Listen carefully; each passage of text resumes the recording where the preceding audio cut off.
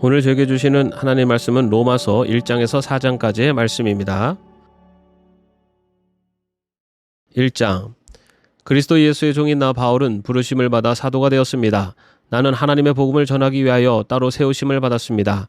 이 복음은 하나님께서 예언자들을 통하여 성경에 미리 약속하신 것으로 그의 아들을 두고 하신 말씀입니다. 이 아들은 육신으로는 다윗의 후손으로 태어나셨으며 성령으로는 죽은 사람들 가운데서 부활하심으로 나타내신 권능으로 하나님의 아들로 확정되신 분이십니다. 그는 곧 우리 주 예수 그리스도이십니다. 우리는 그를 통하여 은혜를 입어 사도의 직분을 받았습니다. 그것은 우리가 그 이름을 전하여 모든 민족이 믿고 순종하게 하려는 것입니다. 여러분도 그들 가운데 들어 있어서 예수 그리스도의 부르심을 받은 사람이 되었습니다. 나는 로마에 있는 모든 신도에게 이 편지를 씁니다. 하나님께서 여러분을 사랑하셔서 그의 거룩한 백성으로 부르셨습니다. 하나님 우리 아버지와 주 예수 그리스도께서 내려주시는 은혜와 평화가 여러분에게 있기를 빕니다. 나는 먼저 여러분 모두의 일로 예수 그리스도를 통하여 나의 하나님께 감사를 드립니다. 그것은 여러분의 믿음에 대한 소문이 온 세상에 퍼지고 있기 때문입니다. 하나님은 내가 그 아들의 복음을 전하는 일로 충심으로 섬기는 분이시기에 내 마음속을 알고 계십니다. 나는 기도할 때마다 언제나 여러분을 생각하며 어떻게 해서든지 하나님의 뜻으로 여러분에게로 갈 수 있는 좋은 길이 열리기를 간구하고 있습니다. 내가 여러분을 간절히 보고 싶어하는 것은 여러분에게 신령한 은사를 좀 나눠주어 여러분을 굳세게 하려고 하는 것입니다. 이것은 내가 여러분과 함께 지내면서 여러분과 내가 서로의 믿음으로 서로 격려를 받고자 하는 것입니다. 형제자매 여러분, 여러분은 이것을 아시기 바랍니다. 나는 여러분에게 가려고 여러 번 마음을 먹었으나 지금까지 길이 막혀서 뜻을 이루지 못하였습니다. 나는 다른 이방 사람들 가운데서도 열매를 거둔 것과 같이 여러분 가운데서도 그것을 좀 거두려고 했던 것입니다. 나는 그리스 사람에게나 미개한 사람에게나 지혜가 있는 사람에게나 어리석은 사람에게나 다 빚을 진 사람입니다. 그러므로 나의 간절한 소원은 로마에 있는 여러분에게도 복음을 전하는 일입니다. 나는 복음을 부끄러워하지 않습니다. 이 복음은 유대 사람을 비롯하여 그리스 사람에게 이르기까지 모든 믿는 사람을 구원하는 하나님의 능력입니다.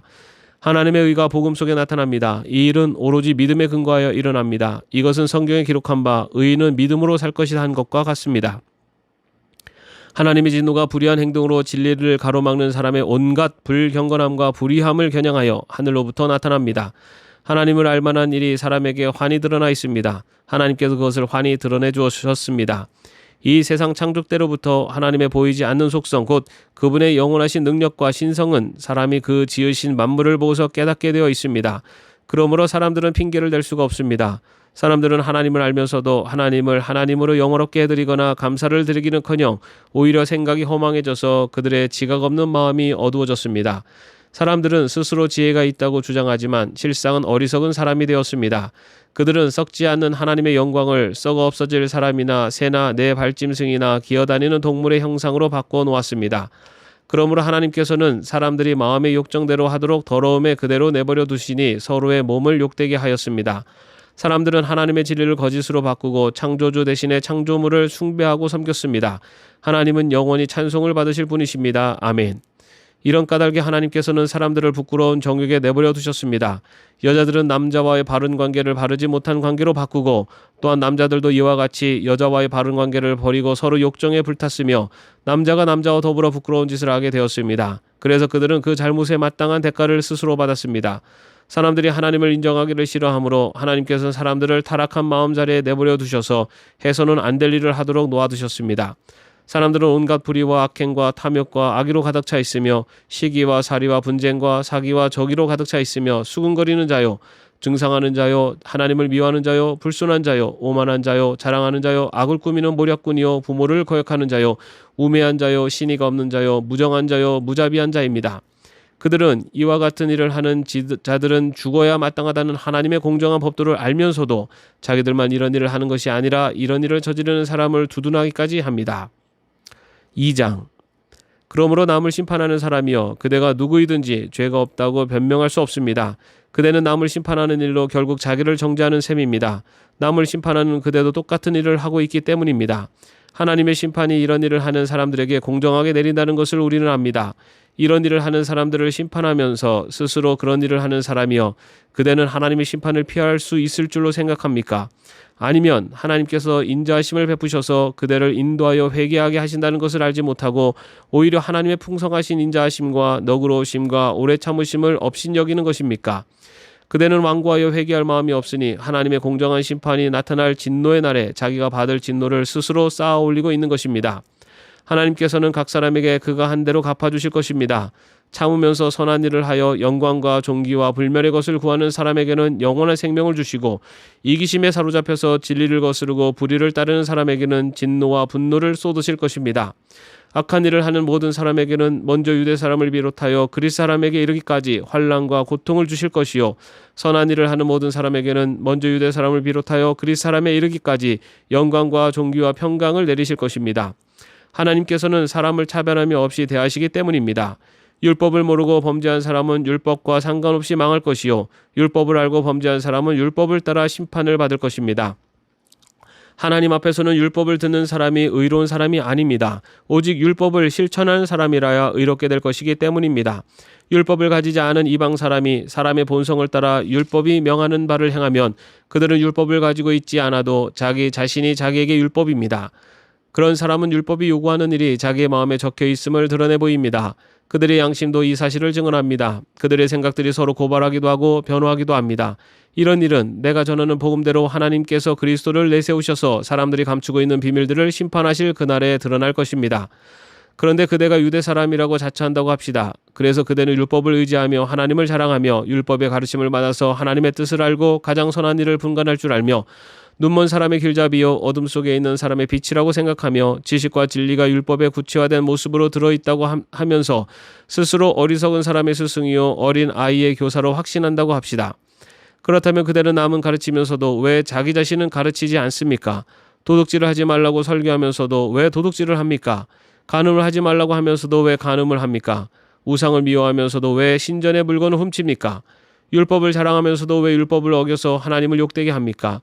성경에 기록한 바 너희 때문에 하나님의 이름이 이방 사람들 가운데서 모독을 받는다 한 것과 같습니다. 율법을 지키면 할례를 받은 것이 유익하지만 율법을 어기면 그대가 받은 할례는 할례를 받지 않은 것으로 되어버립니다. 그러므로 할례를 받지 않은 사람이 율법의 규정을 지키면 그 사람은 할례를 받지 않았더라도 할례를 받은 것으로 여겨질 것이 아니겠습니까? 그리고 본래 할례를 받지 않았더라도 율법을 온전히 지키는 사람이 율법의 조문을 가지고 있고 할례를 받으면서도 율법을 범하는 사람인 그대를 정죄할 것입니다. 겉모양으로 유대 사람이라고 해서 유대 사람이 아니요 겉모양으로 살같이 할례를 받았다고 해서 할례가 아닙니다. 오히려 속사람으로 유대 사람인 이가 유대 사람이며 율법의 조문을 따라서 받는 할례가 아니라 성령으로 마음에 받는 할례가 참 할례입니다. 이런 사람은 사람에게서가 아니라 하나님에게서 칭찬을 받습니다. 3장. 그러면 유대 사람의 특권은 무엇이며 할례의 이로움은 무엇입니까? 모든 면에서 많이 있습니다. 첫째는 그들이 하나님의 말씀을 맡았다는 것입니다. 그런데 그들 가운데서 얼마가 신실하지 못했다고 해서 무슨 일이라도 일어납니까? 그들이 신실하지 못했다고 해서 하나님의 신실하심이 없어지겠습니까? 그럴 수 없습니다. 사람은 다 거짓말쟁이이지만 하나님은 참되십니다. 성경에 기록한 바 주님께서는 말씀하실 때 의로우시다 인정을 받으시고 재판을 받으실 때 주님께서 이기시려는 것입니다. 한 것과 같습니다. 그런데 우리의 불의가 하나님의 의를 드러나게 한다면 무엇이라고 말하겠습니까? 우리에게 진노를 내리시는 하나님이 불의하시다는 말입니까? 이것은 사람들이 말하는 방식으로 내가 말해본 것입니다. 절대로 그럴 수 없습니다. 만일 그렇다면 하나님께서 어떻게 세상을 심판하실 수 있겠습니까? 다음과 같이 반박하는 사람도 있을 것입니다. 나의 거짓됨 때문에 하나님의 참되심이 더욱 분명하게 드러나서 하나님께 영광이 돌아간다면 왜 나도 역시 여전히 죄인으로 판정을 받습니까? 더욱이 좋은 일이 생기게 하기 위하여 악한 일을 하자 하고 말할 수 있겠습니까? 사실 어떤 사람들은 우리가 그런 말을 한다고 비방합니다. 그런 사람들은 심판을 받아야 마땅합니다. 그러면 무엇을 말해야 하겠습니까? 우리 유대 사람이 이방 사람보다 낫습니까? 전혀 그렇지 않습니다. 유대 사람이나 그리스 사람이나 다 같이 죄 아래에 있음을 우리가 이미 지적하였습니다. 성경에 이렇게 기록되어 있습니다. 의인은 없다. 한 사람도 없다. 깨닫는 사람도 없고 하나님을 찾는 사람도 없다. 모두가 곁길로 빠져서 쓸모가 없게 되었다. 선한 일을 하는 사람은 없다. 한 사람도 없다. 그들의 목구멍은 열린 무덤이다. 혀는 사람을 속인다. 입술에는 독사의 독이 있다. 입에는 저주와 독설이 가득 찼다. 발은 피를 흘리는 일에 빠르며 그들이 가는 길에는 파멸과 비참함이 있다. 그들은 평화의 길을 알지 못한다. 그들의 눈에는 하나님을 두려워하는 빛이 없다. 율법에 있는 모든 말씀이 율법 아래 사는 사람에게 말한 것임을 우리는 압니다. 그것은 모든 힘을 막고 온 세상을 하나님 앞에서 유죄로 드러내려는 것입니다. 그러므로 율법의 행위로는 하나님 앞에서 의롭다고 인정받을 사람이 아무도 없습니다. 율법으로는 죄를 인식할 뿐입니다. 그러나 이제는 율법과는 상관없이 하나님의 의가 나타났습니다. 그것은 율법과 예언자들이 증언한 것입니다. 그런데 하나님의 의는 예수 그리스도를 믿는 믿음을 통하여 오는 것인데 모든 믿는 사람에게 미칩니다. 거기에는 아무 차별이 없습니다. 모든 사람이 죄를 범하였습니다. 그래서 사람은 하나님의 영광에 못 미치는 처지에 놓여 있습니다. 그러나 사람은 그리스도 예수 안에서 얻는 구원으로 말미암아 하나님의 은혜로 값없이 의롭다는 선고를 받습니다. 하나님께서는 예수를 속죄제물로 내주셨습니다. 그것은 그의 피를 믿을 때 유효합니다. 하나님께서 이렇게 하신 것은 사람들이 이제까지 지은 죄를 너그럽게 보아주심으로써 자기의 의를 나타내시려는 것이었습니다. 하나님께서 오래 참으시다가 지금 이때 자기의 의로우심을 나타내신 것은 하나님은 의로우신 분이시라는 것과 예수를 믿는 사람은 누구나 의롭다고 하신다는 것을 보여주시려는 것입니다. 그렇다면 사람이 자랑할 것이 어디에 있습니까? 전혀 없습니다. 무슨 법으로 의롭게 됩니까? 행위의 법으로 됩니까? 아닙니다. 믿음의 법으로 됩니다. 사람이 율법의 행위와는 상관없이 믿음으로 의롭다고 인정을 받는다고 우리는 생각합니다. 하나님은 유대 사람만이 하나님이십니까? 이방 사람이 하나님도 되시지 않습니까? 그렇습니다. 이방 사람이 하나님도 되십니다. 참으로 하나님은 오직 한 분뿐이십니다. 그러므로 하나님께서는 할례를 받은 사람도 믿음을 보시고 의롭다고 하시고 할례를 받지 않은 사람도 믿음을 보시고 의롭다고 하십니다. 그러면 믿음으로 말미암아 우리가 율법을 폐합니까? 그럴 수 없습니다. 도리어 율법을 굳게 세웁니다. 4장. 그러면 육신상으로 우리의 조상인 아브라함이 무엇을 얻었다고 우리가 말할 수 있겠습니까? 아브라함이 행위로 의롭게 되었다라면 그에게는 자랑할 것이 있었을 것입니다. 그러나 하나님 앞에서는 자랑할 것이 없습니다. 성경이 무엇이라고 말합니까? 아브라함이 하나님을 믿으니 하나님께서 그를 의롭다고 여기셨다 하셨습니다. 일을 하는 사람에게는 품삯을 은혜로 주는 것으로 치지 않고 당연한 보수로 주는 것으로 생각합니다. 그러나 경건하지 못한 사람을 의롭다고 하시는 분을 믿는 사람은 비록 아무 공로가 없어도 그의 믿음이 의롭다고 인정을 받습니다. 그래서 행한 것이 없어도 하나님께서 의롭다고 여겨주시는 사람이 받을 복을 다윗도 다음과 같이 말하였습니다. 하나님께서 잘못을 용서해 주시고 죄를 덮어주신 사람은 복이 있다. 주님께서 죄 없다고 인정해 주실 사람은 복이 있다. 그러면 이러한 복은 할례를 받은 사람에게만 내리는 것입니까? 그렇지 않으면 할례를 받지 않은 사람에게도 내리는 것입니까? 우리는 앞에서 말하기를 하나님께서 아브라함의 믿음을 의로 여기셨다 하였습니다. 그러면 어떻게 아브라함이 그러한 인정을 받았습니까? 그가 할례를 받은 후에 그렇게 되었습니까? 그렇지 않으면 할례를 받기 전에 그렇게 되었습니까? 그것은 할례를 받은 후에 된 일이 아니라 할례를 받기 전에 된 일입니다.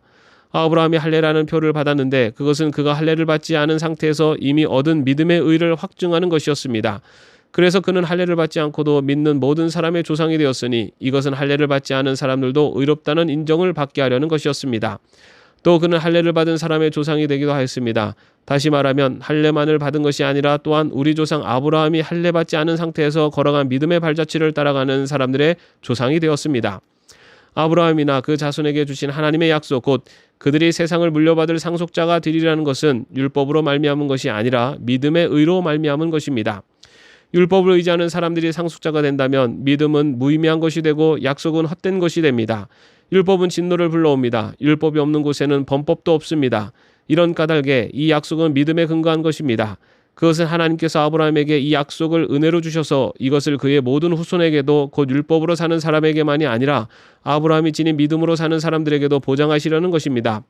아브라함은 우리 모두의 조상입니다. 이것은 성경에 기록된 대로 내가 너를 많은 민족의 조상으로 세웠다함과 같습니다. 이 약속은 그가 믿은 하나님, 다시 말하면 죽은 사람들을 살리시며 없는 것들을 불러내어 있는 것이 되게 하시는 하나님께서 보장하신 것입니다.